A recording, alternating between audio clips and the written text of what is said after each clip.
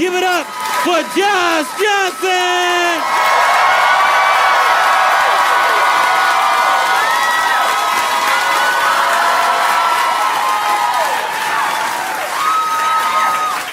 I don't know. Yeah, maybe y'all saw, maybe you didn't see. Maybe, I mean, people can only watch so much news, you know? But y'all saw the president at the UN. This is...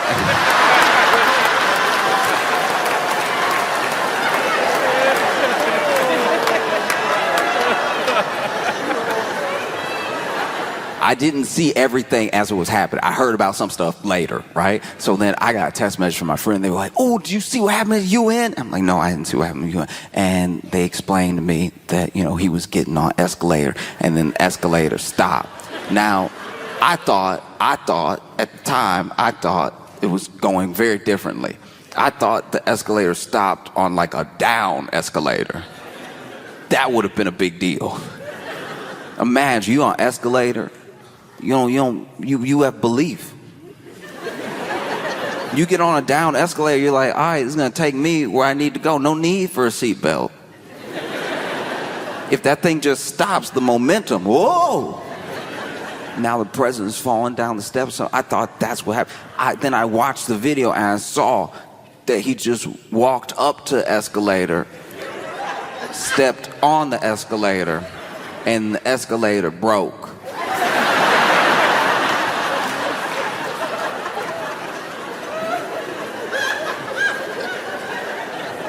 And you saw him stand at the bottom of the escalator like, what?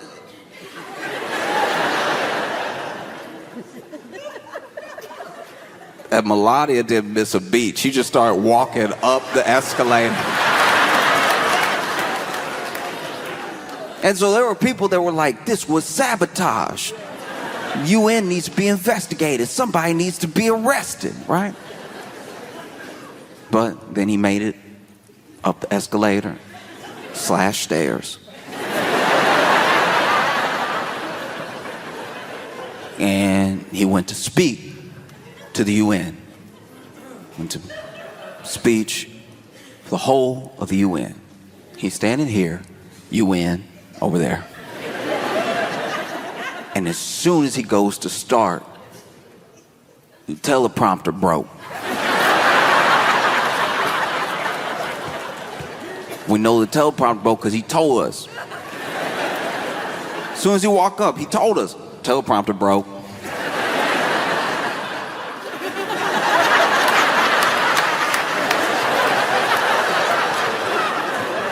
First the escalator, teleprompter broke. Nothing here work. Nothing. No, teleprompter. And it's like, look, if you're delivering a speech and it's been, you know, uploaded to the teleprompter, then the teleprompter breaks, all right, like, that is something to be annoyed or caught off guard about. But I'm sitting there watching like, why do you care that the teleprompter, you're not gonna read it, like you're not. Every speech is off the dome. Every speech you can tell every speech he's over here freestyling every time. Why do you even have a speechwriter? You know the president's speechwriter right now gotta be the easiest job in the world. You just over here typing up chapters from Great Expectations, knowing he's not gonna read it. Knowing he's just gonna go, you know what I mean? He goes off of vibes. What do you care that the teleprompter's broke? You weren't gonna look at it. You might have read the first couple sentences and then been like, you know what? I'm gonna speak from the heart.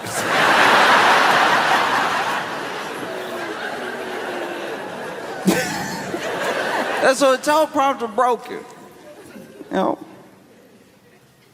And so he's like, I guess I'll just have to. Which was also wild because the speech was printed out in front of him. But he was like, no, you want me to turn pages? No. Then proceeds to, you know, give this address to the UN, and depending on who you talk to.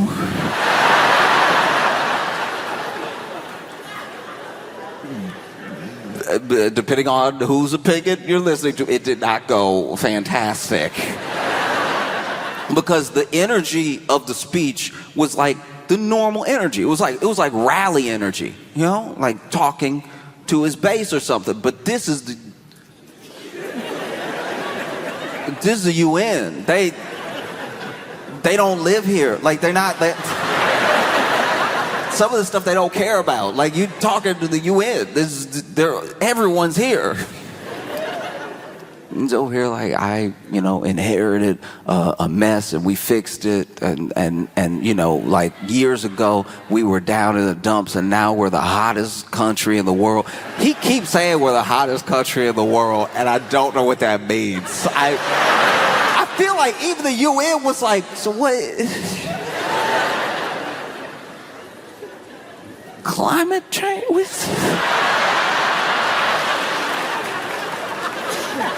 What does it mean the hottest? This is also wild because like you talking to other countries right now. Why are you dunking on them right now? Then dudes over here, I ended like 7 wars. And it's just funny because like everybody he talking about is there.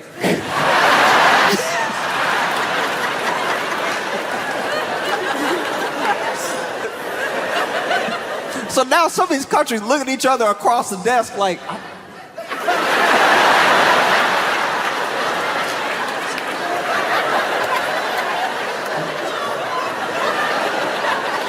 I don't know. I didn't even, what did I say? Nah, it was incredible. And then there was a weird thing. I think it was Brazil. He was talking about the leader of Brazil and how, like, first of all, this dude also tariffing everybody. So then he was talking about how he doesn't do deals with people he doesn't like, but then he had a good handshake with the leader of Brazil, so maybe they could work something out. Even Brazil had to be like, yo, I don't know. I just saw him in the hallway. Out here trying to be cordial. I don't even know if this is good. Was this good? No, it's phenomenal performance. Truly, I've not seen anything like it. Just over here. I'm sure if you were at the UN just sitting there, you just sitting there quietly listening, looking over at other countries. There's some countries that had just be chuckling. Like countries that aren't in the mix, you know what I mean? Like if you're not like a key member of BRICS or you're not, you know what I mean? Like if you're not like in the news in that way, you just come, you enjoy the show. You know? Like I imagine maybe Zimbabwe might have been cracking up. They'd be like, that's your friend. That's your friend.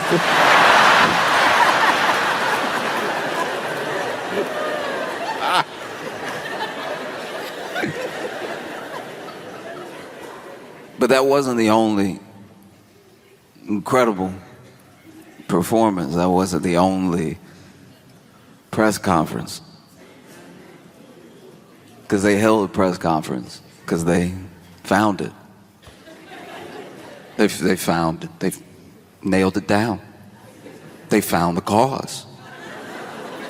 That's what they said. Gathered everybody together. Got the press conference going on. Looked like it was in the Oval Office. Yeah.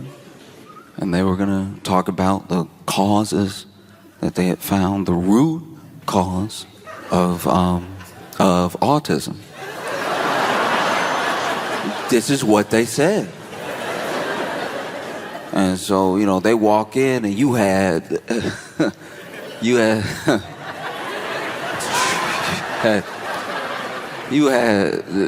Dr. Oz.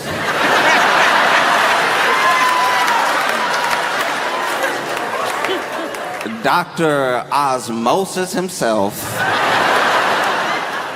You know Dr. Ozymandias. Like, Dr. Oz is standing there. And like, why? How did this happen? If we are just gonna start putting people from TV in real, like, government position, in real medical field, can we at least get somebody from, like, Grey's Anatomy or something? You know what I mean? Like,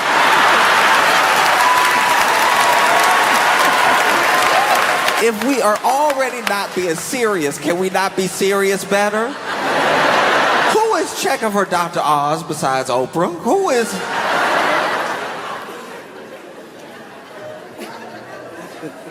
He's standing there, doesn't even really look that healthy himself. This man's advice so far has been actually insane. They've done interviews with him. He's, spoken to the public. Like, what would you suggest for Americans? The man's out here. If you want to, if you don't, look. If you don't want to be sick, be healthy. I wish I was joking. I would, like, I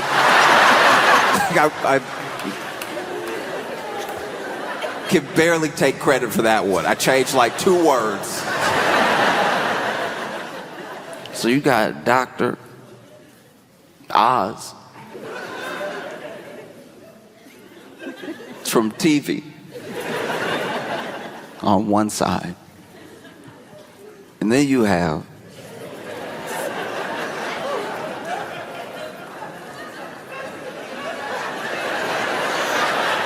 y'all know who he is. And then you have RFK Jr. on the other side, looking odder than usual. If y'all saw it, you know what I'm talking about. RFK Jr. showed up. I don't know what's happening. Because it wasn't like a tan.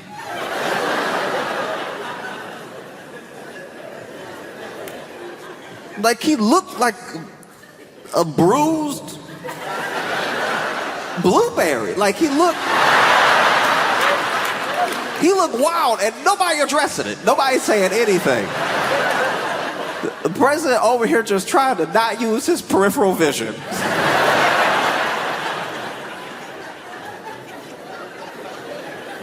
RFK Jr. is white. No, that is a white man. He's white. He's a white guy. But that's the first time I've ever seen a white guy and been like, he is colored. Like that.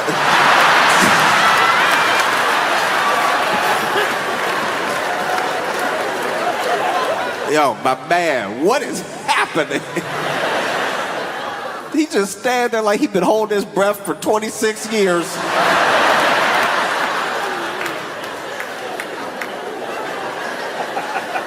This is very bad. And then, I don't know who told him. I imagine it could have been somebody, higher up, but it could even just been an aide that told the president, okay, you're going to give this press conference, you're going to talk about links to autism, and what you need to do, this is very important, for legal, this is very important for a lot of reasons, what you need to do is say the name of the drug. Then you can go on and say the brand name. But you need to say the name of the drug, because the drug is what we're saying is the link, not one particular brand. So there are other like store brands that are this drug. You need to say the drug. Say the drug. You have to say the drug. Okay? Say the drug. And I'm sure he attacked it with that regular, bravado. I'm gonna say it, whatever. Get out of here. Let me work. Let me get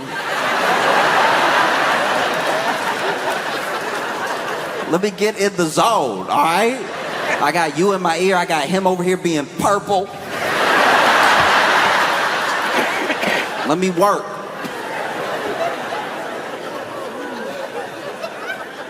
Man goes up, starts the speech. It's rolling.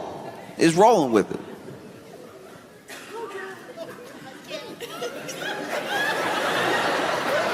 And then he hit a more than 8-letter word.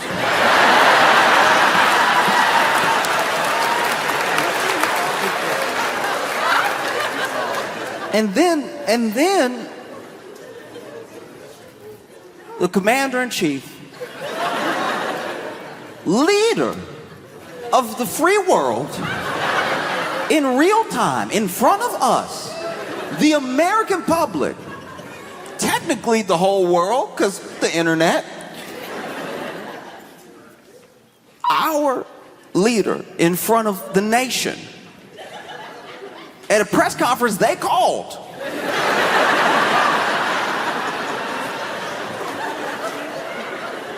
Our leader in real time sounded it out.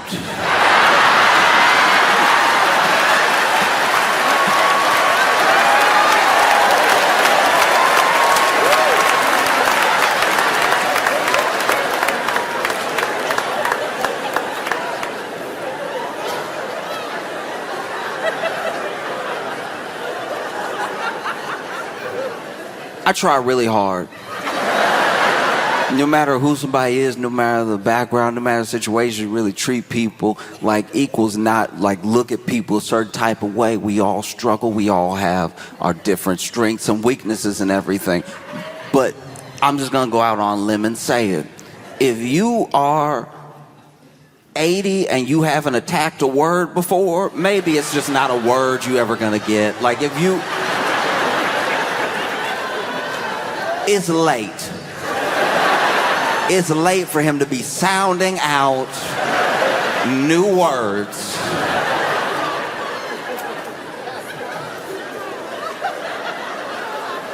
Because the word, he could see the word coming up.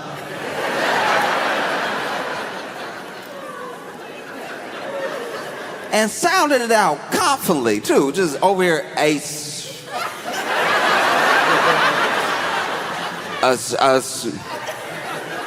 some toast,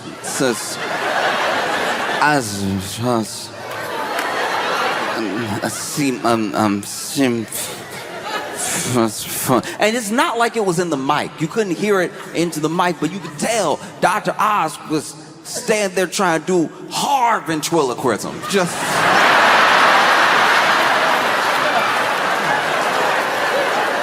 Dr. Oz was standing there like, just open your mouth, let me do it. Just... Dr. Oz was fighting to just, you could see him. See him in the face.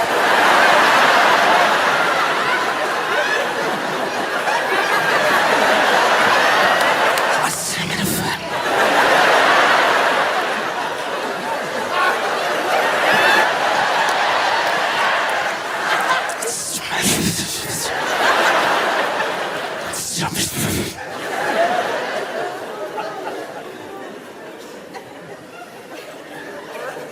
I said, Tom, I see Trump.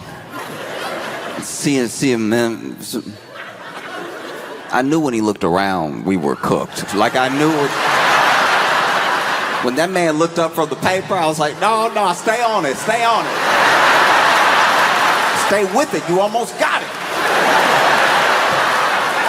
I was, Tom, I see him, I see him in a film.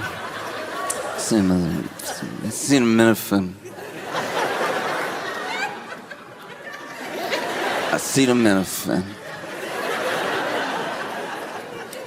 him in a film. I see him in a Tylenol. And like that.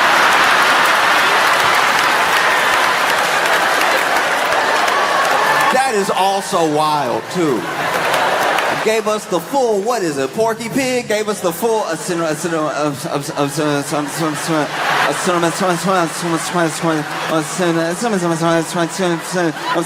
Tylenol. And he was hitting those T's, that Tylenol, extra hard. He was getting his payback with those T's. Tylenol, don't take that Tylenol. When y'all see Tylenol,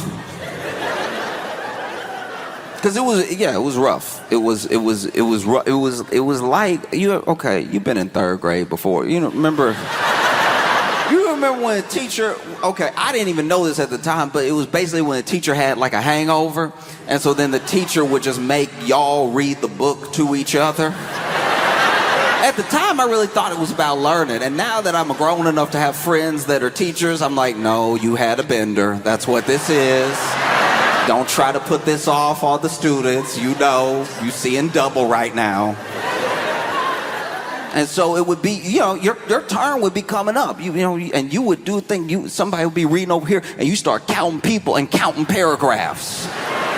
And then you read ahead a little bit so that when it's your time to read your paragraph, you're reading your paragraph all fast and everything. People can't even retain the information. Then, there'd always be that one kid.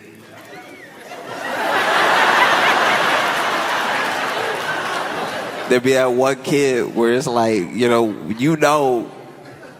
when you get to his paragraph, that's going to last till the end of class.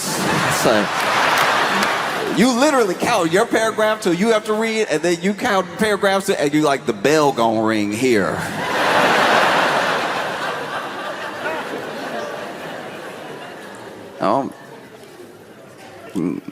Sometimes to be a kid, everybody learns differently. We all have different abilities, and you do your best to be as patient as possible. I remember, I had one kid in my class that we would do that, and then his paragraph be coming up, and as soon as his paragraph start, everybody's like,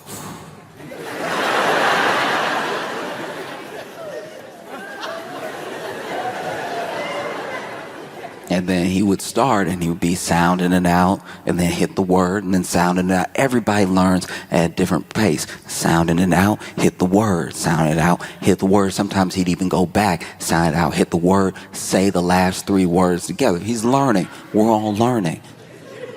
Everybody moves in their own time. But sometimes, I'll be honest with you, I was a kid too. I wasn't always patient.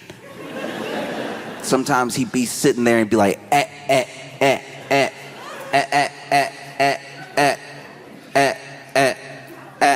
I'd be like, A, it's A, it's A, it's A, it's A. You already hit it. It's A, it's A.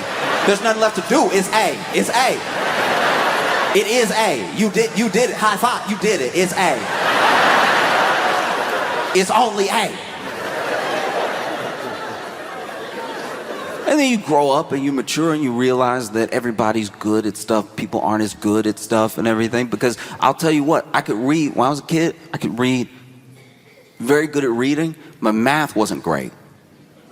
So then when it came to math, it was me who was like a little bit behind all the time, especially when we got to like algebra.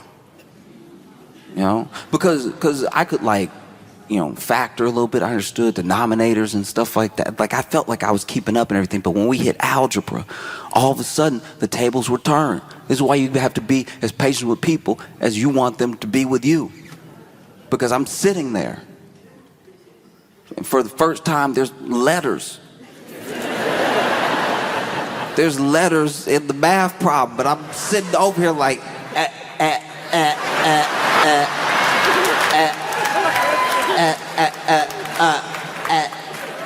and then he was sitting there like, it's 4, it's 4, it's 4.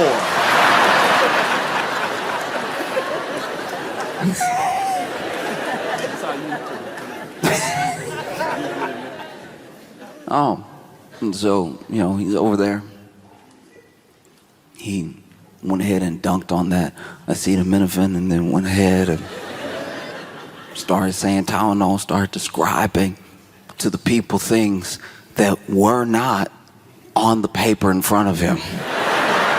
Which is why you definitely shouldn't be upset when the teleprompter doesn't work. You know is what you're gonna do. This man was just throwing out all types of wild claims. This dude was like, hey, look, The Amish?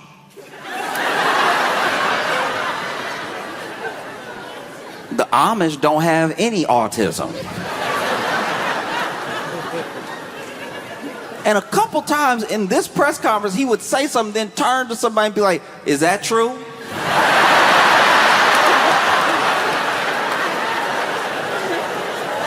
My man, no, it's all on the paper. They put it all on the paper. You had RFK Jr. turn from purple to red. Because then he just started going off on like vaccines in general. You know, and just started saying like, look, you know, it's too much. It's too much. And he's not the first person, he's not the only person to be saying that. It's too much at one time. You know, you got those beautiful babies and you shooting them up with 80 shots of liquid.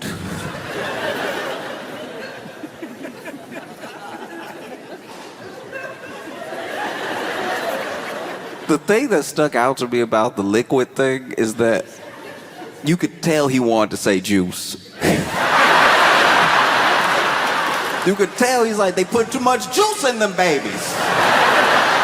Nobody need all that vaccine juice.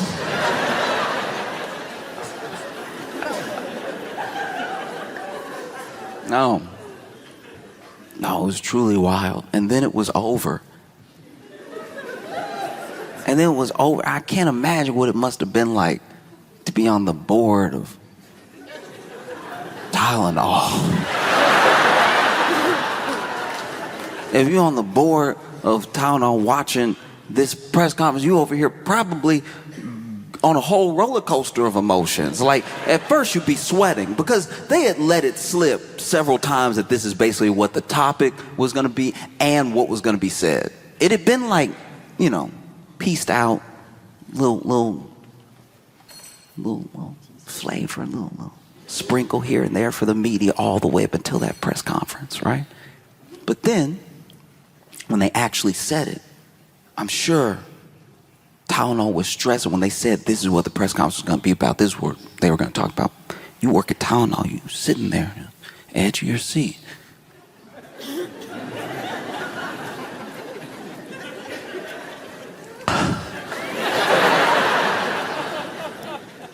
And then he goes to say the name of the drug, and you're probably like, this might not be that bad for us, honestly. Like, he almost said a cinnamon. We might be in the clear here. All we gotta do is come out with a label, no cinnamon in our product. We'll be fine. And then he says your brand name. Then he says your brand name over and over again. And now you're like, that's not good. That one came out perfectly. And then he talks about the Amish, and you're like, I guess if people watch the whole thing, they'll be confused enough to not know if they should take it or not. Because my thing is, look, why have such an unforced error? You know what I mean? Go ahead. You already got Caroline Levitt talking to the media all the time. Get her out there to start the thing. Get her to say the name of the drug and then walk off. Then you can go and just go off your vibes and everything. You had two people on either side of you that probably say the name of the drug all the time. Don't let him, but let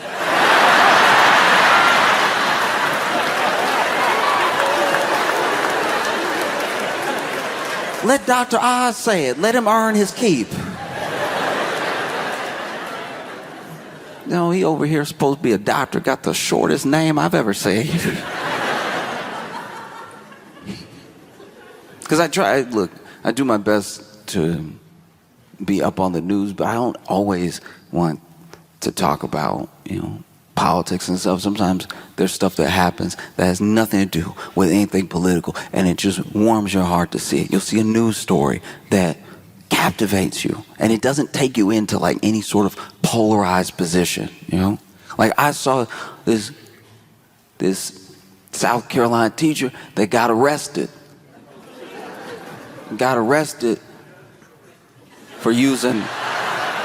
got arrested for using fart spray on the students as a punishment.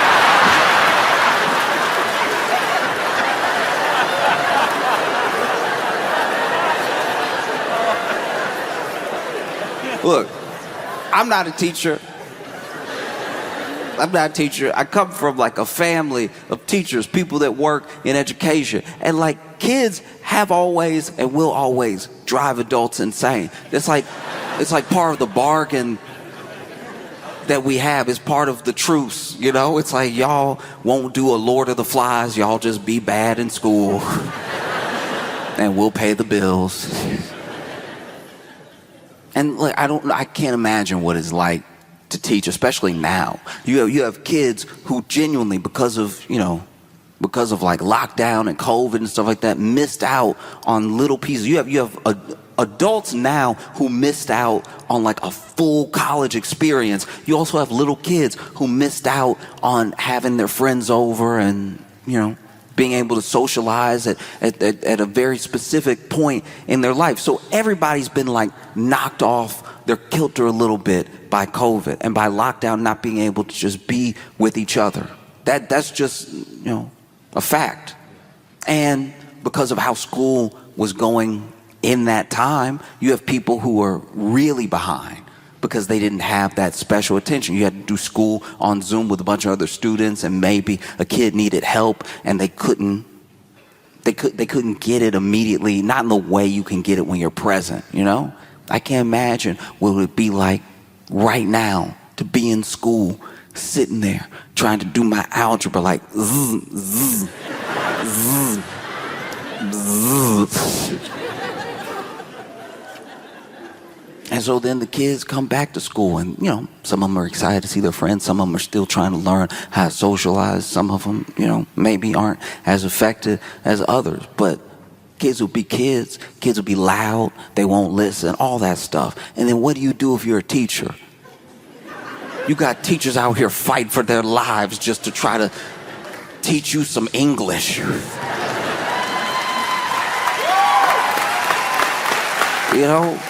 You see videos of it all the time, teachers going through it because students don't want to listen, all this stuff. This is the person that's just trying to make sure you know how to spell. So one day,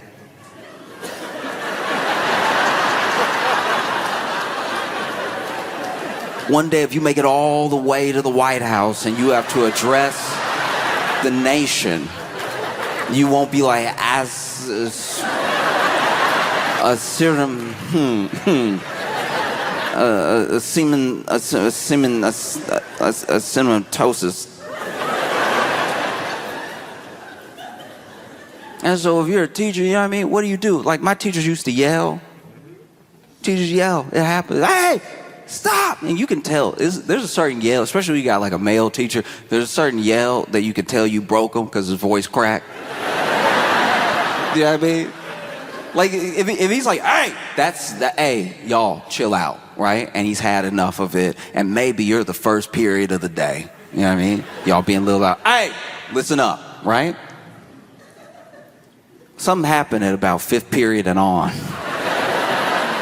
where if you really got him at his wits' end, he'd be like, hey!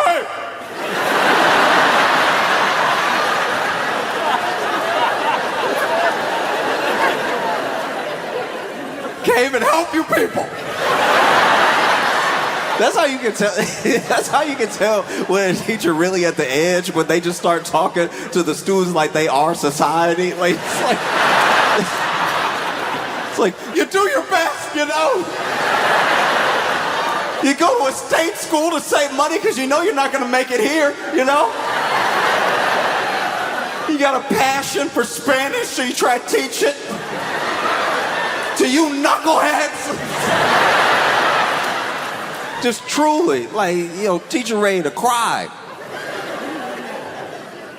Over here, you get that third shut up. Sometimes that third shut up doesn't have any bass behind it. It sounds a little shut up!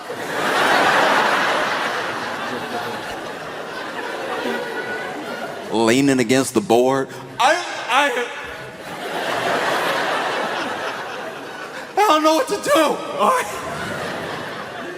do. And so what do? You know what I mean? Yelling doesn't work. You can't hit them. Somebody came up with a plan. Somebody was like, all right, y'all don't respect me? Okay, y'all don't respect me? You will respect this.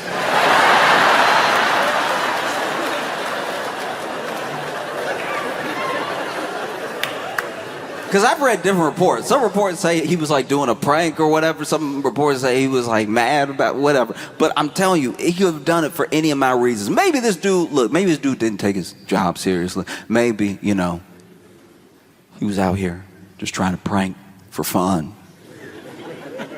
He's somehow like a teacher's assistant, whatever, and still hadn't like grown up. So then he's over here. Ooh, look at you, stinky. Ooh. Ooh, stink butt over here. Ooh. Maybe. But maybe he had enough. You can only take so many spitballs to the back of the neck before you snap.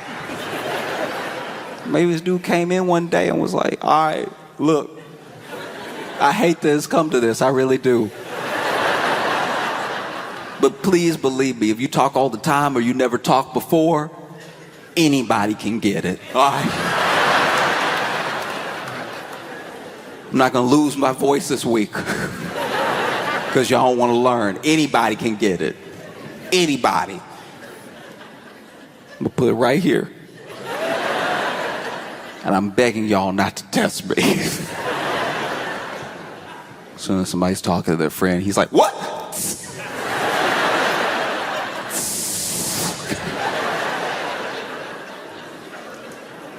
He must have been brandishing it. He must have been wielding it because apparently, like, from what I read, like 100 parents complained or something.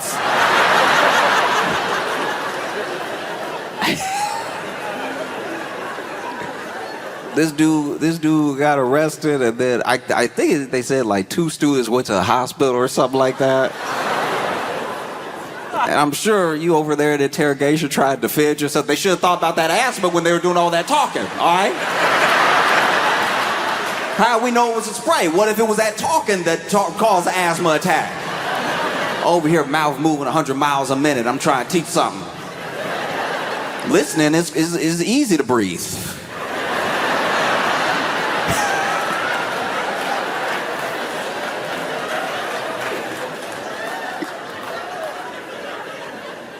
Because I wonder how much he must have done it. You know what I mean? Was it just off of anything? Just one little noise? Huh?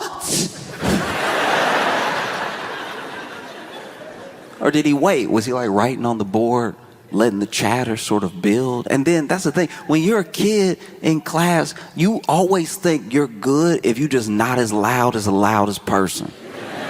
But that noise rises the entire level of the volume, because now if everybody's talking a little bit, somebody's going to get a little bit more confident, get a little louder. Everybody starts talking a little louder. And as long as they're not as loud as the loud one, now everybody's basically screaming just so they can hear themselves because they're all doing so much talking. And next thing you know, he whips around, hey!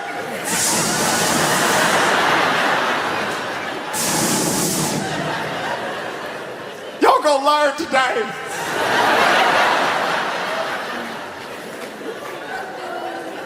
Because even the school said that he did $55,000 worth of damage.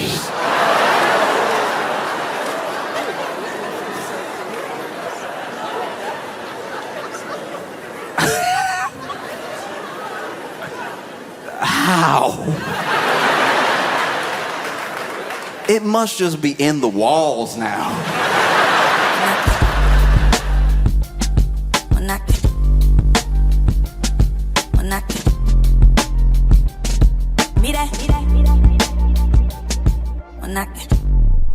This is very embarrassing to admit, but when I was a kid, all the way up until like young adulthood, I thought that I could see the future. And then I realized I just had common sense. Yeah, I mean, like I'll give you my best example. I had a friend from Chicago call me, and he told me he got his girlfriend pregnant by accident. And I was like, oh, dude, I knew you were going to do that 3 years ago. And he was like, how? How is that possible? I've only known her for a year. And I was like, oh, bro, I knew you were going to do that when I saw you walking around with no case on your phone. Like, I knew you weren't thinking ahead. You weren't taking precautions. You were living reckless, you know? You don't have a case on your phone. Of course you're not wrapping it up. Come on, just walking around loose phone all day. Hey, thanks so much for watching. Please like and subscribe, hit the notification bell, and tell a friend. That would be a huge help if you tell people about it. Sharing is great. There's like a share button, but if you tell people, they might click on it. All right, he is the newest news correspondent for The Daily Show. He's hilarious. You're going to love him. Put your hands together for Josh Johnson. Okay. I don't know if y'all heard about that dude in Wisconsin that faked his death and maybe moved to Europe. If you haven't heard about this, great. Okay, so basically, what we know is that supposedly there was a man who faked his death and might be in Europe right now. And he has a family, right? 3 kids, a wife, and everything. And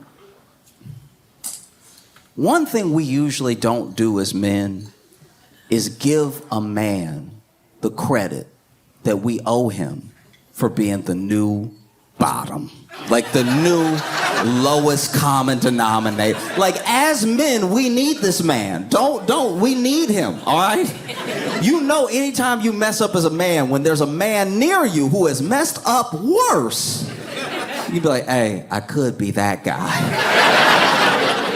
You know, next time you forget a birthday or something, be like, baby, look, I'm sorry I messed up, but you know what I didn't do is fake my death and move to Europe. Some people do that.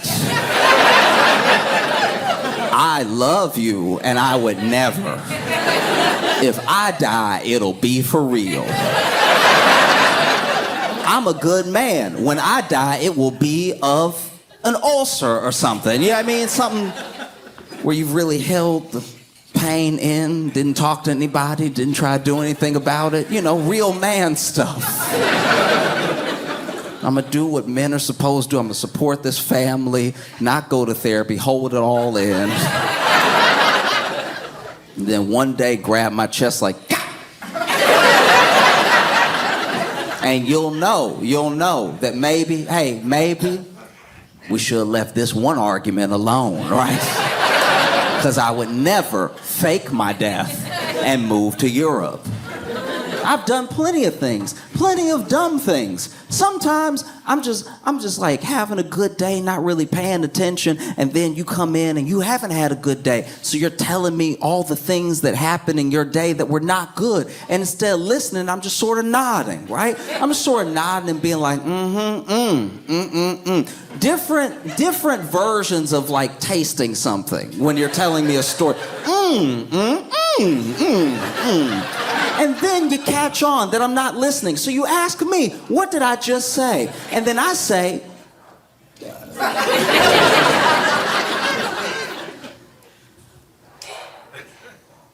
what did I just say? And you can tell I haven't been listening. And I know I should listen. I know that you're telling me this to vent because you trust me and you want my input on your day, right?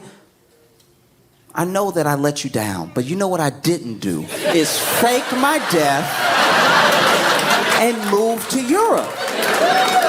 I'm not saying it makes me a hero, but it definitely stops me from being a villain.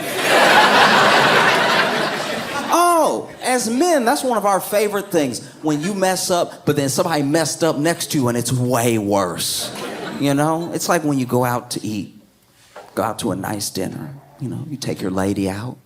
And you're having a good time and everything, and then something comes up, maybe it's a little annoying, and maybe you start to like bicker a little bit, you know, just like at the table, in between the server checking on you, just a little bit of like, well, you don't even know what's about, you know that.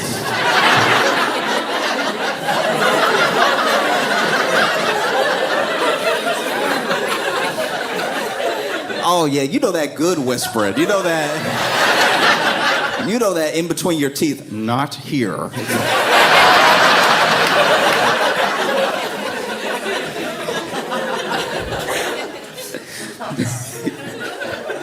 You know, you got both on edge and everything, so you in between the teeth, and she's over here saying everything, but just at that level of like half miming, half voicing, just like, I'm just trying to keep things together, okay? I'm just trying to keep the whole family together.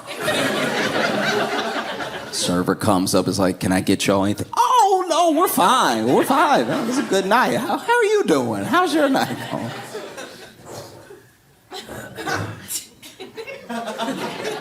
And it's tough, you know, because you'll be in the moment just bickering. And then out of nowhere, a couple next to you, the next table over, that haven't been bickering, the couple that you look at like, why can't we be like them? She stands up and she throws wine in his face. And she's like, what do you mean your mistress is pregnant? And now all of a sudden you're like, I'm pretty good, right? Like I'm a pretty good guy, huh? Can you give me that I didn't do all that? Like, you got the white wine, you wouldn't have even stained my shirt. Like, I would never put you through that, what those strangers are going through right now. And so it's good to have a new low as a man.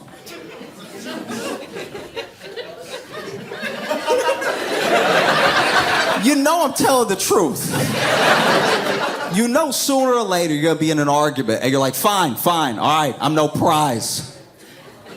But I'm here, right? Huh? I'm not in Europe, am I? I talk to you when we have a problem. I talk to you like a man. I don't hide my wallet on the shore.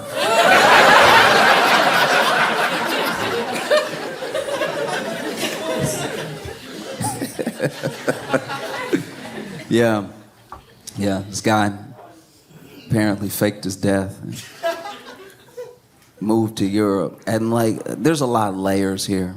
There's a lot of things to unpack, because let's also not pretend that there's never a reason to fake your death.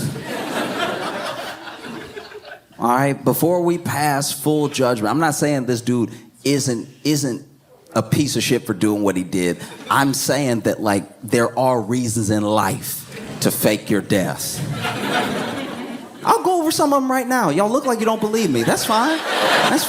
Okay, back in the day, when I was in Chicago, I was hanging out with some friends. This is like about 5, 6 of us, right? And one of my friends, we're all in our like early 20s, by the way. One of our friends bought a yo-yo. And like gentlemen, none of us mentioned it. None of us were like, we're out here trying to get the ladies and you brought a yo-yo. You bringing the whole vibe down. And he brought his yo-yo and he was doing all the tricks. You know what I mean? You know, making it sleep and then popping it back up like a superpower. You know what I'm talking about? Those like...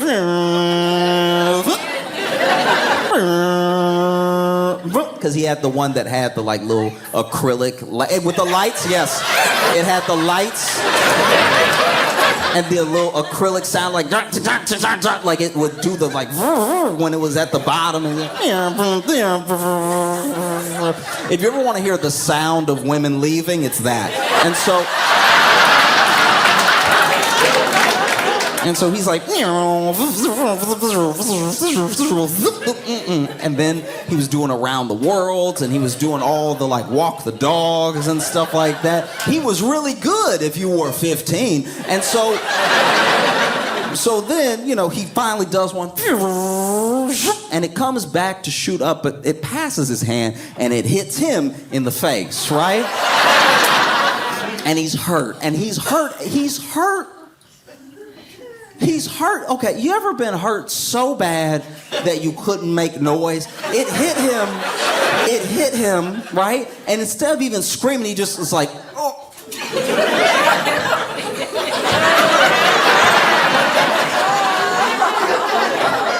It's that hurt where you just have to slap something to like transfer some of the hurt while you're hurting.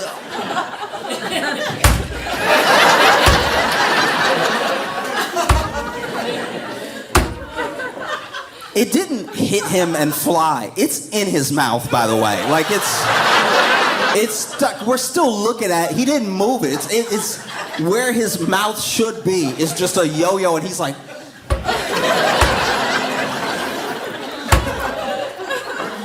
And then he spits out the yo-yo, and a tooth flies out with it.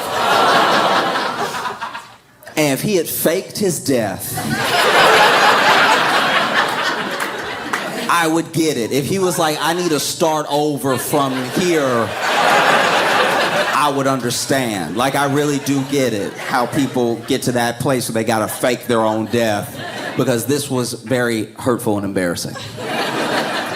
Or just a guy, I saw this guy online, and he had this weird energy about him, and it happens to dudes sometimes, and he was like that dude at the club that shouldn't be at the club, and I don't mean like he's old or something. I mean, he has an unsettling energy where he's trying to be more fun than anyone knows that he is. You know what I mean? You're like, you know that guy that's like, whoa, but it's like no woo is happening. We've all been around that person, like, yeah, and it's like, but it's a barbecue. I don't know why you are trying to bring all this extra. And so that's what he was doing. He was in this club, he's like, yeah, woo, woo, and like, there's not even that many people there. So there's nothing to lay cover. There's not even enough noise for like his energy versus what's actually happening. Because people are just kind of casually dancing, and he, yeah, yeah. And then there's a woman that is like near the stairs, right? And I don't know what the stairs lead to, maybe the bathroom or something like that. But this woman is near the stairs, and she's like twerking along the wall, and she's like really got it going. Like she's very good, right? And then this guy walks up, and he's like, yeah, yeah, and he like slaps her ass a couple times, and then starts doing this and everything, and then goes to go down the stairs. But then, right as he goes to go down the stairs, his feet give up. His feet decide that they don't want to be a part of him, right?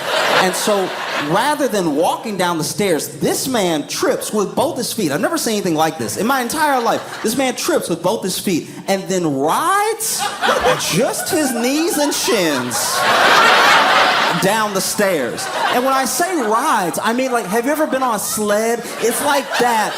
It's exactly like that, but without the sled. He's just riding down, Home Alone style, just... And he's screaming, and you can barely hear him scream because the music is loud, but he's screaming so because he's riding his knees and shins down every step. They did not miss a step.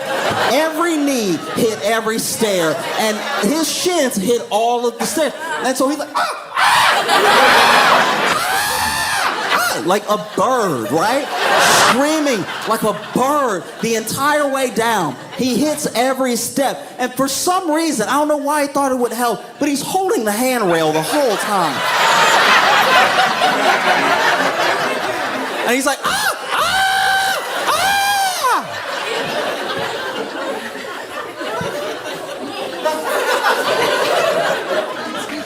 And if that guy faked his death, you would get it. You would be like, yeah, you gotta start over. You gotta start, I would say move to a place that doesn't even have music. Like, you gotta do some different things. Move to a plateau. That's the type of, don't even have any elevation where you live, because what if you have to go upstairs again? We don't know if you'll make it down. When I was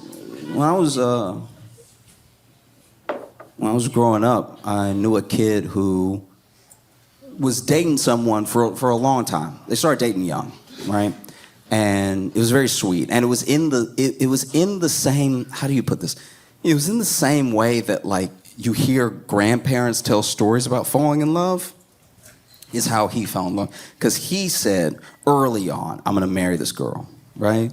And he had to have been like 18, something like that. I'm gonna marry this girl. He said it early, right? And he did the thing that we look at as like the most romantic thing possible, buys a ring within a year, but doesn't do anything with it, waits years. I bought the ring when I was 19.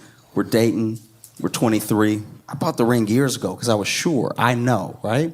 And, you know, they have their little fights and stuff like that. They have little spats and stuff.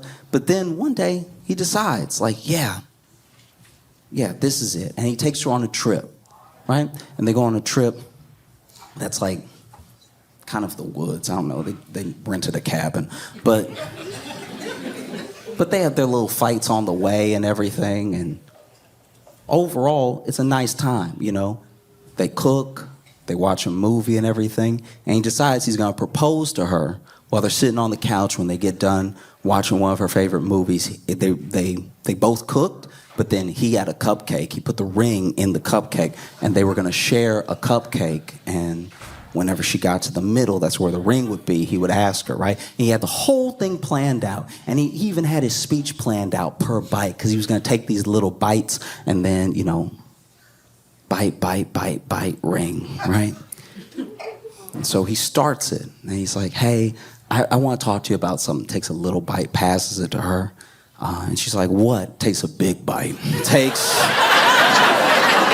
To say they're supposed to be sharing takes an inconsiderate bite. Like this...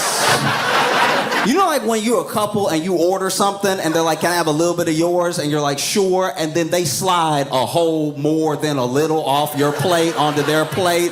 And you're like, you should have said half then. If you want half, say half. Don't say a little bit when you know it's half. Because you know you like my orders because I know how to order. You over here experimenting, trying to have an experience, and then you don't like what you got. Now you want half of what I have, which would normally be fine, but you said a little bit. If you said split, then we good. You say split, then we're splitting. That's what half is, splitting. You said a little bit, and now I don't even know what it tastes like because you didn't pick up, because mine came first and you went ahead and picked off mine, then took half when you got yours. So now I've had at least a seventh of the meal that I ordered that I think is good, but I don't remember how it tastes because it just sort of left my memory so fast. And so she's taking these big bites, so he got to take smaller bites, and he got to turn the cupcake when he passes it back to her to make sure her bites don't interfere with his speech, because now he got to hurry up the speech because the bites are too big. And so now he handing her the thing from the bottom, just bite this part. I'm almost done. And when he hands her what's basically a ring covered in a little bit of cupcake to try to bite, at the same time that he says, will you marry me, she says, I think we should break up. And so if you want to fake your death, like that's kind of like the opportune moment to be like, oh, yeah, you want to break up, and I wanted to I'll be right back. And then just move to Europe, I suppose.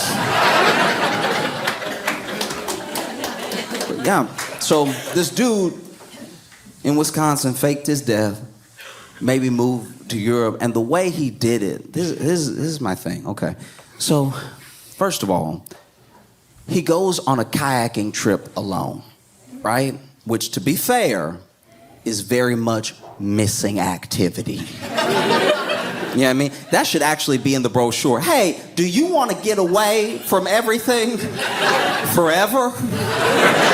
Come kayaking by yourself.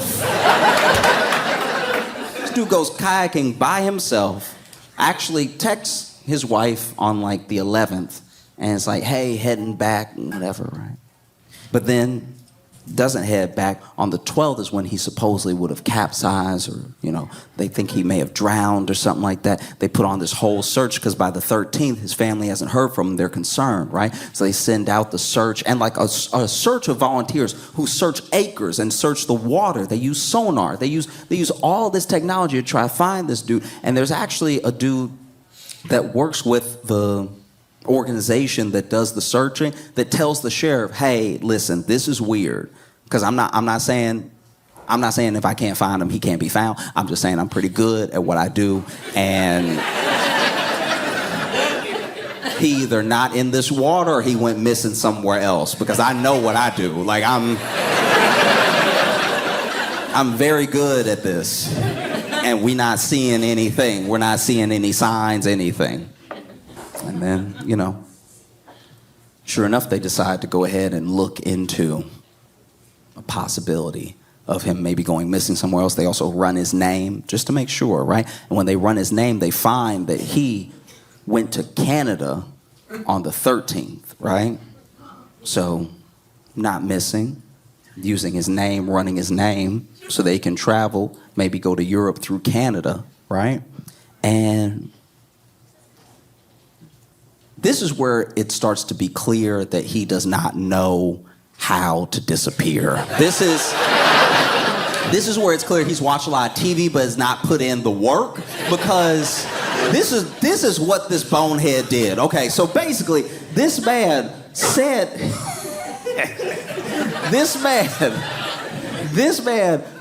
that his passport was lost, because his passport's at home, right? Because I've disappeared, I'm missing, I might have died, right? But his passport's at home. What he did was he just put in for a new passport so that he'd have a passport to leave behind and to use. The only problem is that when they run your name, it's still you.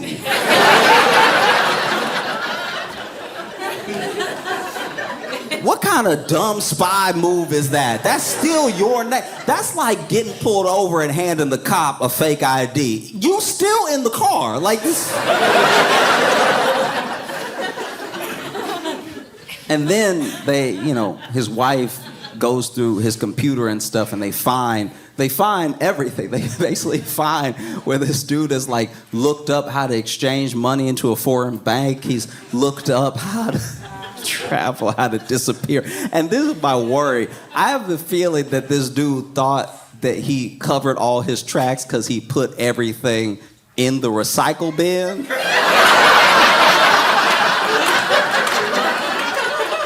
And then left it there. Like that, I genuinely think that's what happened. I think this dude was just moving files like, and they'll never catch me. I'm a mastermind. It's painful, right? So they find everything, and then his wife gives it to the police and stuff, and the police are like, oh, okay, yeah, this is pretty dumb, They even find where he took out a life insurance policy for like, I think $375,000, something like that. And this moment was where I had a journey in how I felt about this dude. Because initially when I heard it, I was like, what a terrible person, right? But then when I heard about the life insurance policy, I was like, wait, maybe I'm judging too quickly. Because if this dude is leaving a life insurance policy for his family, maybe he's just trying to make a clean break. Maybe this dude is like, look. I'm not a good father anyway. Let's at least part ways like this. Let me go ahead and get you some money for your trouble, and I'll go and I'll live in Europe and everything. Most dads leave for free. This dude... There's a high likelihood that this dude was like, let me break you off some bread, right? I'm gonna start a new life. You could go through college for free. And then I saw what looks like, it doesn't look like he's tried to claim the life insurance policy, which would also be insane. That would be, I don't know much about insurance, and I don't like insurance companies, but that would be hella out of pocket to show up and be like, y'all, I died. I'd like the money from me dying, please. See, the policy says right here, if I died, this is how much whoever gets, and whoever is me and I died. So can you please make the check out to me? And so then I went back and forth. I was like, oh, maybe. No, actually, no, he's just a bad person. Just a bad dude. Faking his death, leaving his wallet, leaving his kayak, leaving his family. And then they find that apparently he's been talking to someone. He didn't just try to leave. Because that's another thing. When I thought he was just trying to leave, I was like, okay. It's not how you handle it.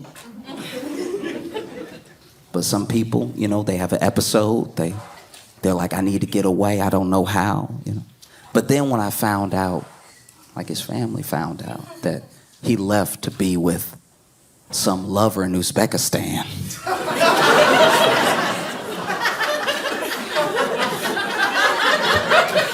that's also when my feelings sort of went up and down because I was like, oh, you're not even doing it in some like I can't live this life sort of way. You know what I mean? Like you're not having a midlife crisis in that way. You're just trying to cheat. All right, no, I can't get down with this. But a part of me momentarily did feel bad for him because I was like, wait, you met a woman in Uzbekistan. Oh, he's never been catfished before.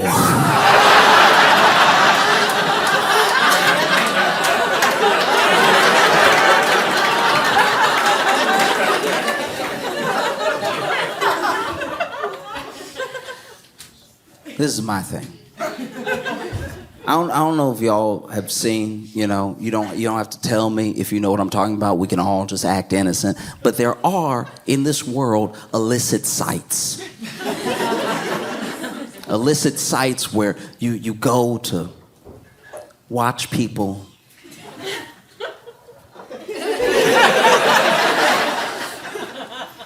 the beast with two backs.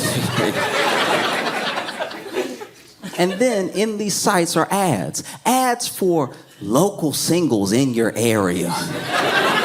Or even better, ads for very willing women who would love to marry you in Russia and Uzbekistan. I think my man may have fallen for one of these ads. That or he's been watching too much 90 Day Fiancé because I feel like, come on now, how well do you know this person? And so now you faked your death to go to Europe to be with someone who might not even be real. That's wild. You gonna blow up your whole life for some text messages? I mean, really, how good are those texts?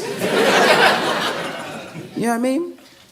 No one found a picture. No one knows what this person looks like. They just know that, someone enticed him in some bad English. And now he's headed over there. And I don't know. I feel like you clearly have to be in a bad place to do something like this. You have a family, you know what I mean? You have people that depend on you, and you're about to throw it all away to go to a place I'm sure you can't spell. Because never forget, this man is an American. That's also what you have to keep in mind here. He over here trying to travel as an American, try to get help in English and stuff. People in Romania speaking Romanian. He doesn't understand it. He's like, I just need to get to Uzbekistan. Do you know how to go left in Europe? Now he gets over there. Who knows what life is waiting for him, you know? I'd like to think that this woman in Uzbekistan really does exist. And she's mad as hell right now. She's like, no, we were supposed to go to America. Are you serious? You can't live with me.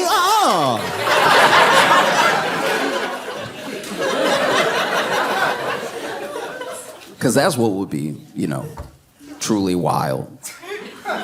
If this dude comes back defeated.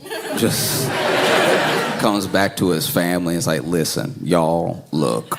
I know what I did. I'm very sorry. Can you take me back? I've found, a new life here with you. I just want to be back with my family. Because obviously I hope this doesn't happen. But it would be kind of funny if while he's missing this whole time, he comes back home and his wife kills him. That would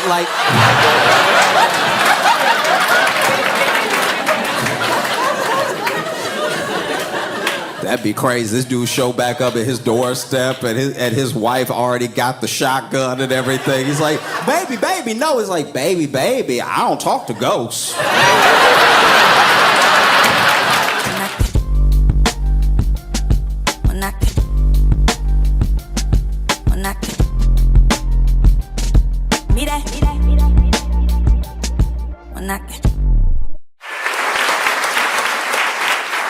Thank you for coming out on this exceptionally hot summer. This is This is genuinely crazy. This is like, this is bad. It's bad. Like, when you walk outside, you don't even appreciate the sunlight. You know what I mean? Like, it's beautiful out, and you're like, oh, God. This is the type of weather where you're like, Greta was right. We might be doomed. We should have been listening when she was sailing or whatever the first thing she said was. This is really bad. This is the type of weather where it's so hot you start getting weird offers. Like, you go outside and there's just somebody standing on the corner like, hey, you give me $1 and I'll let you sit on my ice.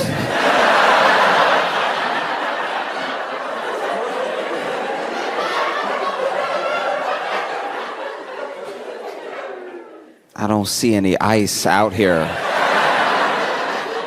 Yes, sir. Trust me, there's ice. There's a bag behind you.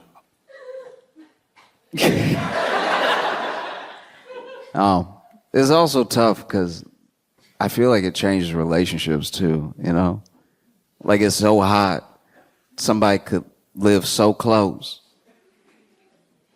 But the test of love is which one's leaving their apartment. You know what I mean? You know?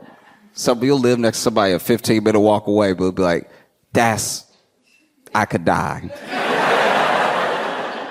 I can't be doing that just out willy-nilly just for you to see me. We can FaceTime, all right?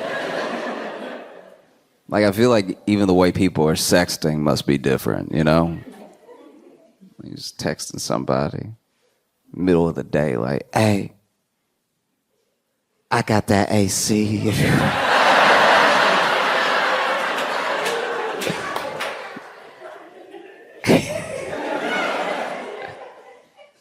Oh, no, it's not a window unit, babe. We doing central over here. Now, come through and get chilly, baby. It's like weirdly still sexual, but it's all cooling related. Like, I got popsicles if you want. If you're feeling freaky, we could both just sit in front of the open fridge door. Oh, I was in Philly last weekend, and it was so hot. It was in the 90s, and it was so hot it made me want to be like a scammer. Like, I wanted to just start going to like Zillow open houses.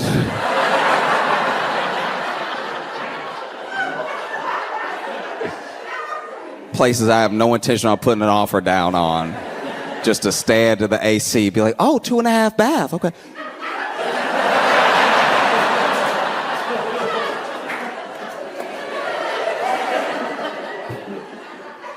And we actually have a beautiful patio outside. No, I believe you. I can see it. I can see it through the door. I can see it. No, don't do that.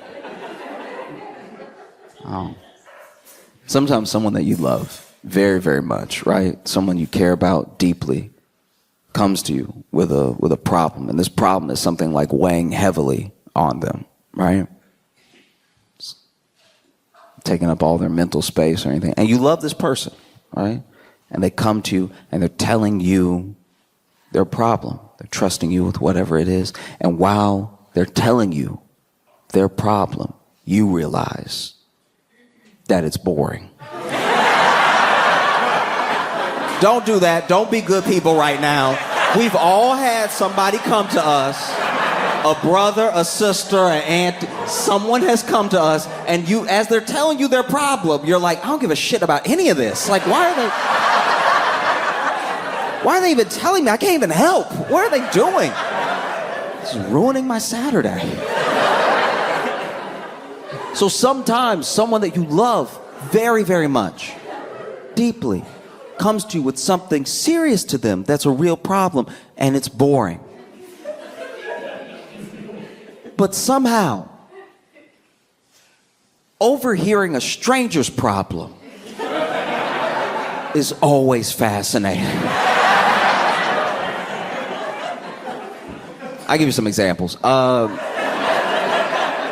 So a couple weeks ago, I was on the bus because life ain't going the way you think, right? And so I was on the bus, you know, the people's limousine, right? And I was on the bus and I was holding the rail, and another guy next to me was holding the rail, but he had his phone like this, right? Like tucked into his arm. And he was just like, I don't know what to do. All right? I do not know what to do. She keep fucking dudes off Facebook Marketplace.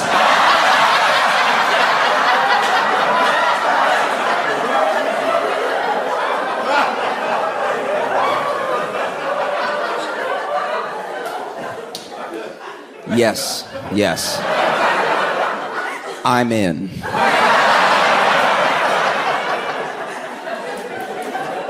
Tell me all. Because this man's on his phone like, I can't even trust her to go get a lamp.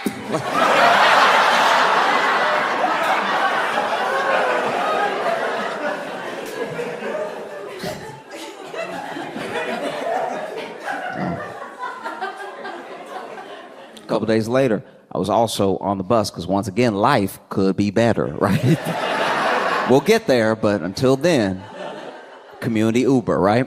And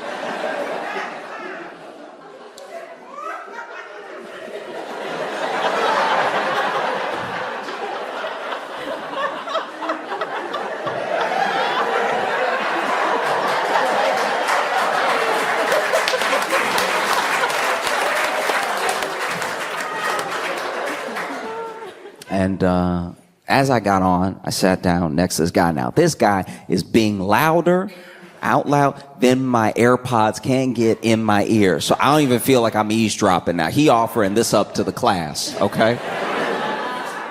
And so he's putting his phone down when I sat down next to him, but he was, calls somebody else. And basically, he calls this next person and tells them that the person he just got off the phone with was a woman who he had been hooking up with, who just called him to tell him that she was pregnant and she was keeping the baby, all right? And I don't know the best place, but the bus is one of the worst places to find out you're gonna be a father, all right? The bus is top 3 bad places to find out you're gonna be a daddy, okay? It goes jail, the toilet, the bus, right? And so this man is like, talking on the phone, and then he goes, yeah, it's wild because we didn't even have sex this year.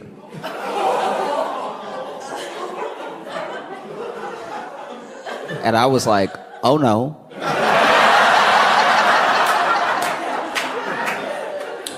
He's gonna be a father.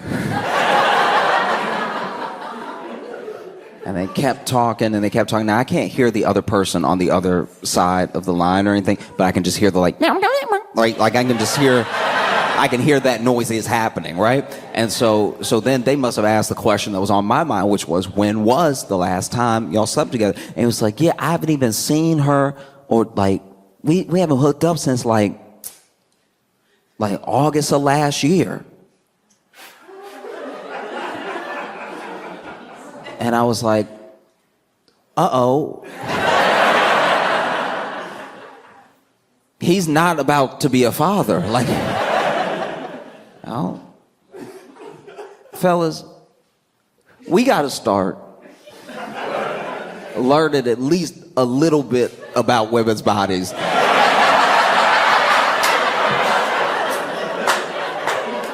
If nothing else, so we can't get fleeced like this. Like, this is... Because this man said, without stuttering, he was like, yeah, she about 10 months along, right? I was like...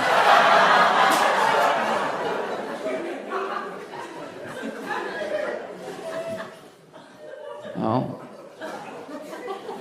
And then they kept talking, they realized he actually did get the math wrong, right? The math was wrong. It was 11 months. And I was like, okay, so when do I step in now as a stranger, right? Like, when do I step up and step in to help Because I've been missed my stop. I missed my stop.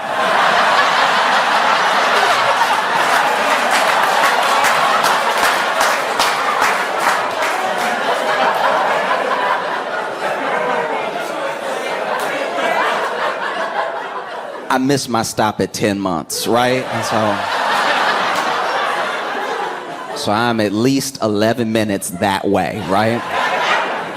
And so finally, I leaned over to him. I was like, hey, bro, I couldn't help but hear, we all heard. I couldn't help but hear, and I have good news, I have bad news. The good news is you're not about to be a father. The bad news is you should maybe never be a father.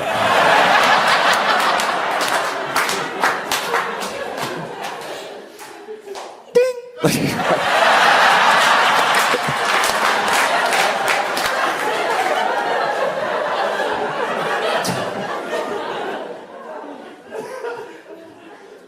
You also overhear wild stuff like the heat changes people for real. Like there are things people do in the heat that they would not do otherwise. You know, like I was walking my dog and in the background, like way down the street on the corner, I heard a little kid get into a fight with the ice cream man. Because once again, I'm walking my dog and just in the distance I hear, nigga, it's a nickel.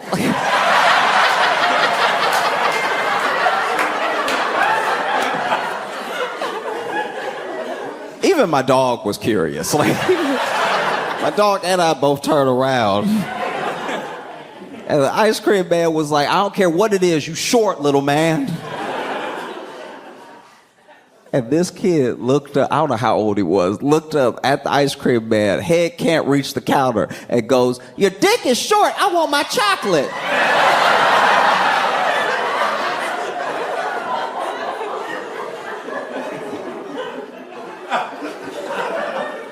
How did we get here? How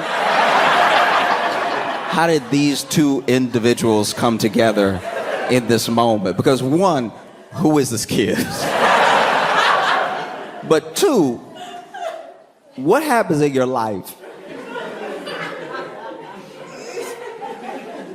where you become an ice cream man that's really here to nickel and dime these kids? Like, that's really here to like actually buy actual nickels and dimes.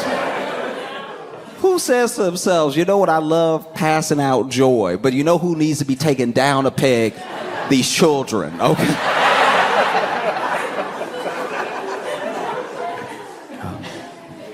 I'm trying to figure out what type of friend I am.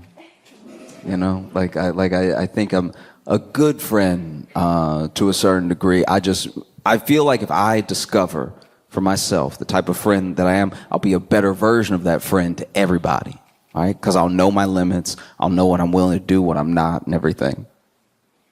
And I'm quickly realizing that I am not the advice friend. Don't come to me. Truly, don't come to me at all, because my advice to you will be directly related to how your problem affects me.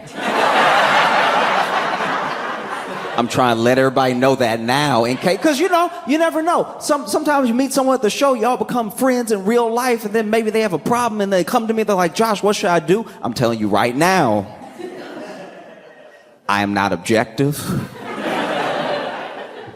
I'm not the one, right? Like, for instance, I have a lot of friends that are getting married this summer into the fall, right? So the big wedding season and everything. And so a couple of my friends have come to me, right? And you just need to know, if you're having troubles are normal, right? People get cold feet. People fight a lot leading up to a wedding. The stress, people's families sometimes don't get along. That stress. You know what I mean? Like, all of it is normal. But if you come to me, my advice to you will be directly correlated to if I already bought the gift.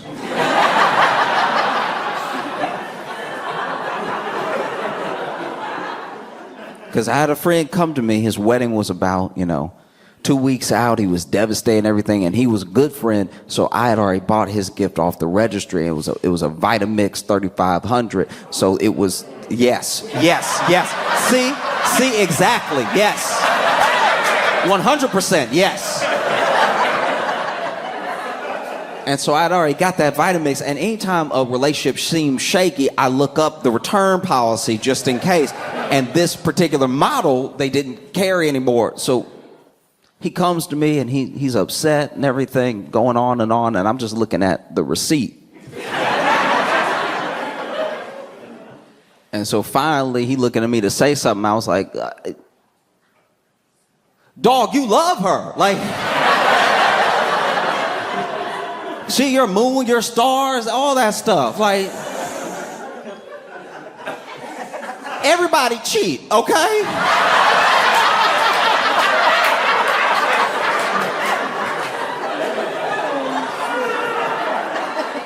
She gonna stop probably, like.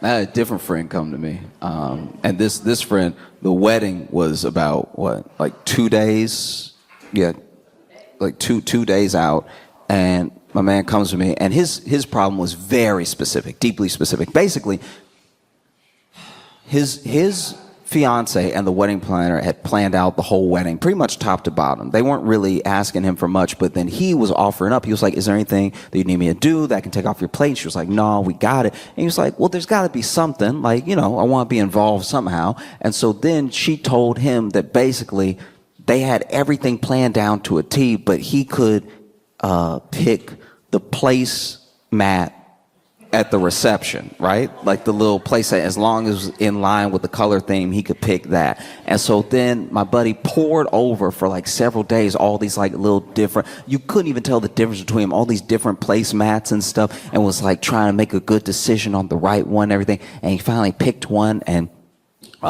basically it seems like maybe she didn't like it because she had the wedding planner change it last minute. And then they didn't really talk about it. So his feelings were kind of hurt because he was like, oh, that was my one thing, and I took some real pride in doing it, and she didn't say anything to me. And it was a destination wedding, and I hadn't bought my ticket yet.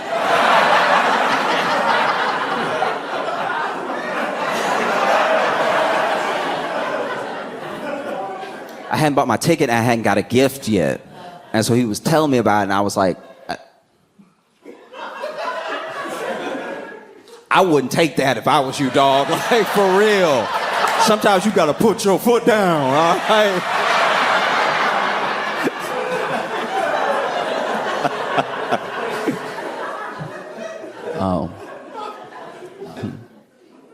I've been watching some of the older people in my life and everything, and it's crazy. My friend, his grandparents were together until his granddad passed away.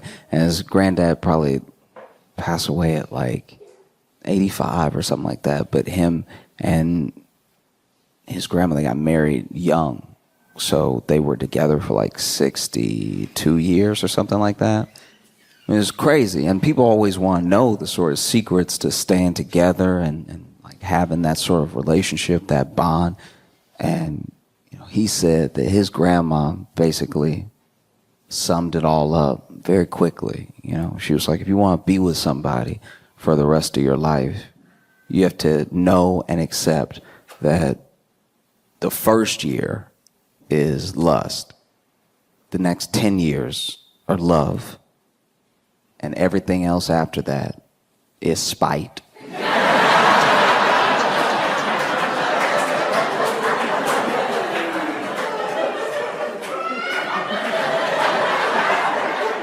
And she said spite without missing a beat. Like she's like, that's a secret ingredient. Like every day you wake up and you're like, we go to war.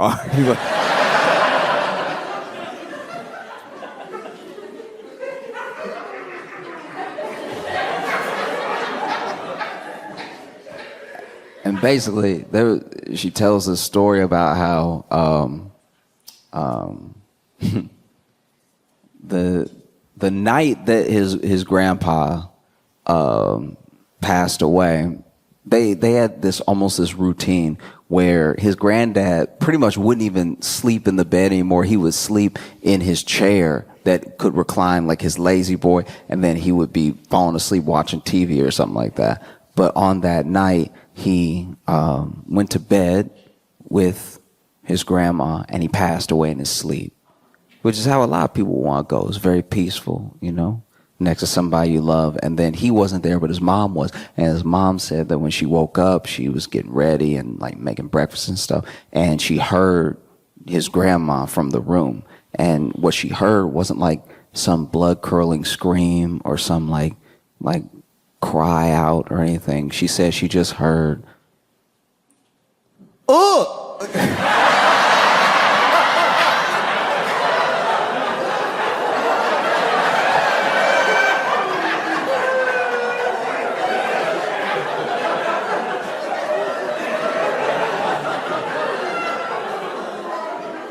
What? Ooh.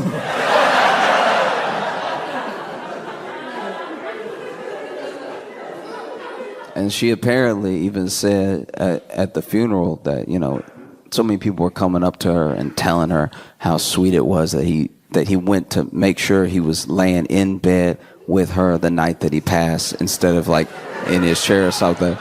And she was like, ain't nothing sweet about it. He did that on purpose. He knew.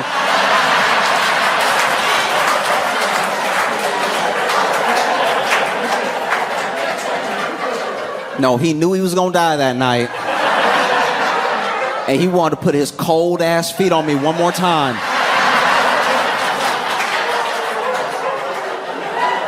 Because they were cold when he was living, but then they were cold, right? And at a certain point, you get used to the cold, and then you turn around and he all.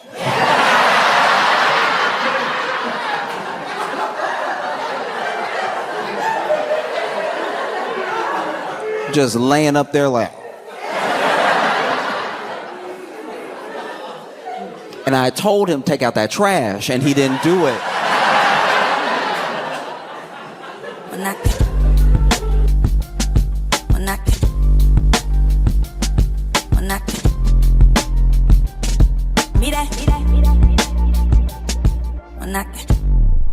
Did everybody have a good 4th of July? Yeah. I did decent. It was a fine time, you know, but like 4th of July there's two groups in America that are very conflicted with 4th of July. And it's black people and dogs. Like both of us just the whole day we don't know how to feel. The whole day is fucked up. And I'm a black dude with a dog, so I was looking at my dog all day like I know. Like it's both of us just gotta watch white people have the best day of their lives. And it's just like, oh God, okay.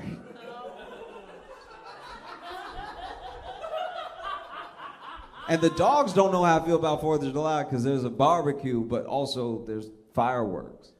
So you might get some good scraps, but what is going on up there? Like, every dog is British on 4th of July. Every dog is like, what the fuck are they doing? You know? And it's tough for me because it's like when you know, I don't know.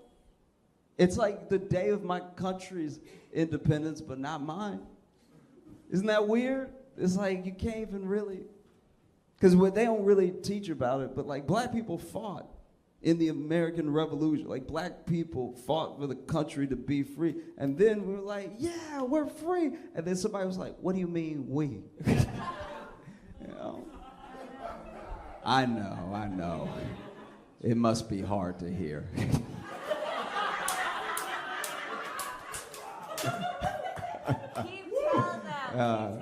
Appreciate you. Keep telling them like you're black too. That's the funny. You're my favorite. I love you so much. Thank you for that. Keep fucking get they ass. I only know what it's like to be me. The hardest life you're ever gonna have to live is your own. So I don't know what it's like to date as anybody else, and I can't judge.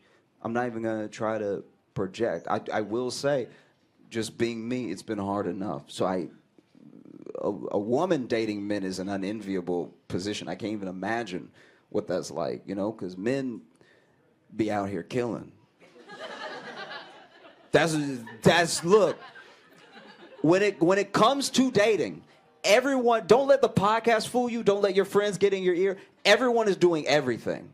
Men and women both cheat. Men and women both manipulate. It's all, there's no like one-sided thing except the killing is us. That we be doing that shit for real. That's like, even if women wanted to catch up, it would take till 22 to really match our numbers. We out here crazy as fuck, killing. It's wild.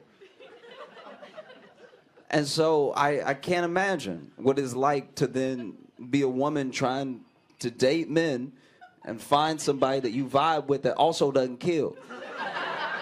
Because remember, when they catch these killers, everybody talking about how nice and polite they were. They were, outside the killing, they were some good men. You know what I mean?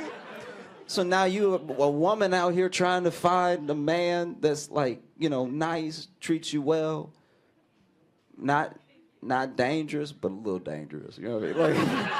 Like, you a little bit of that, like.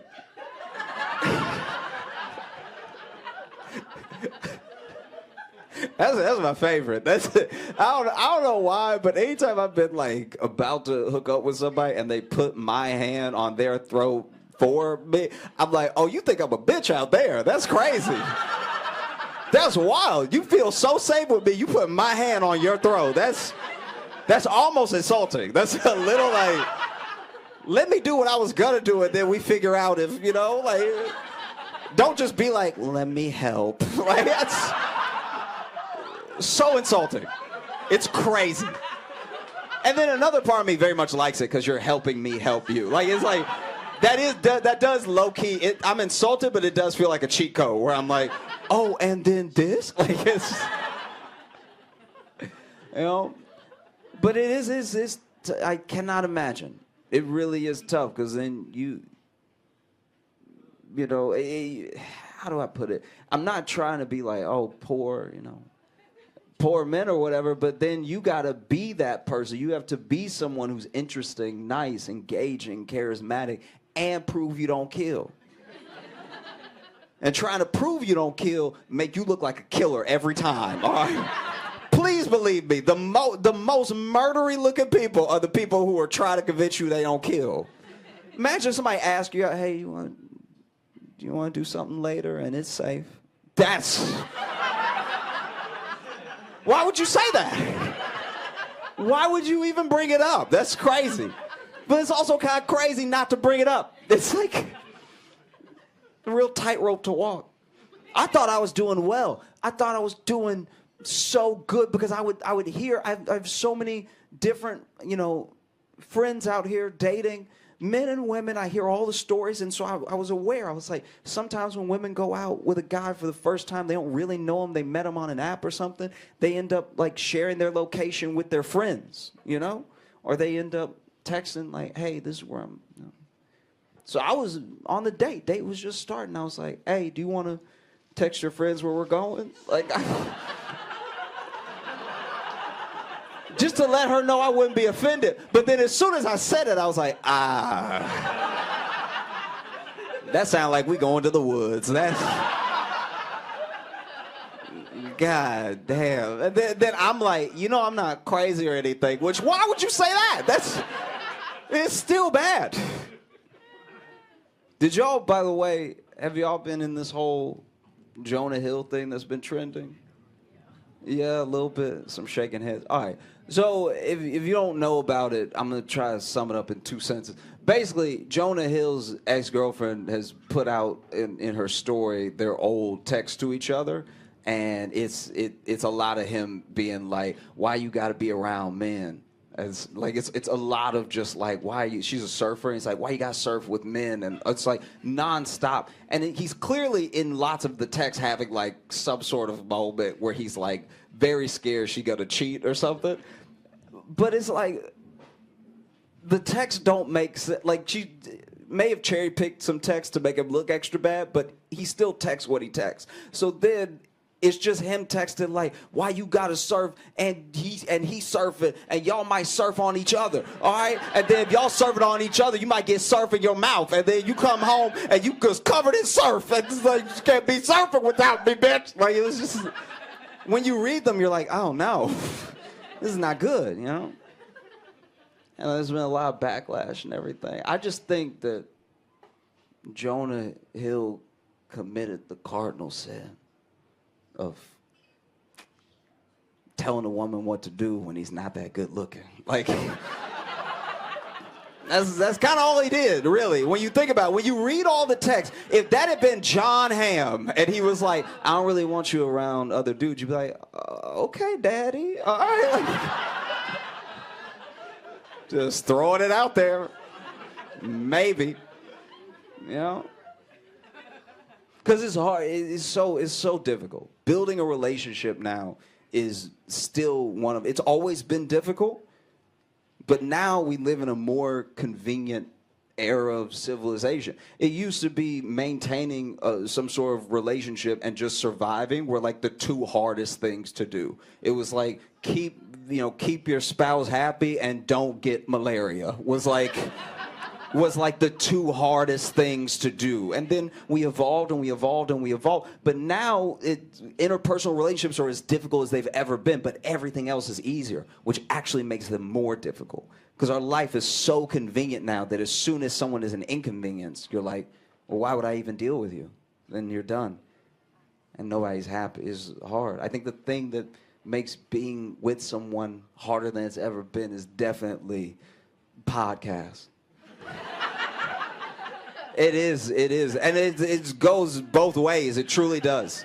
All these podcasts are, it's like, don't listen to anybody, bitch. You're a fucking queen, okay? And if he tells you that you drink too much, he doesn't fucking party enough, all right? Don't let him fucking stop you from living your life and being the boss babe that you were born to be in your soul. You are a fucking Sagittarius, bitch. You cannot be stopped, all right? Live your fucking life. You walk on air and angel dust, okay? And then on the other side, you have dude, bruh, a girlfriend?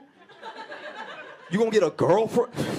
You gonna get a girlfriend and talk about she trying to improve your life? She's trying to change you, dog. She's trying to get you to eat vegetables? Bruh, she get you eating vegetables? Are you serious? She get you eating vegetables out here? Pause, dog, all right?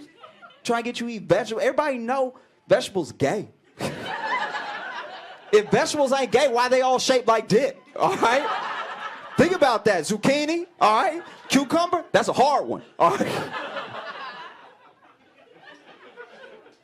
But that's what it is. It's just people, huge influencers, people with huge followings telling people don't communicate with anyone, don't settle with anyone, everyone is against you, they're all trying to get one over on you, and it's coming from everywhere. So then, yeah, you listen to that shit going to work every day, you're gonna be pretty hard on a first date. You know, it makes it tough. And it's a shame. I don't know what to do with that information. Just anytime somebody start telling me about a podcast, I just start screaming. You know, it'll break my heart too. It'll be the smartest person you know. Be like, you know, he had some good points. It's like, I lost my friend. God damn, what a fucking shame.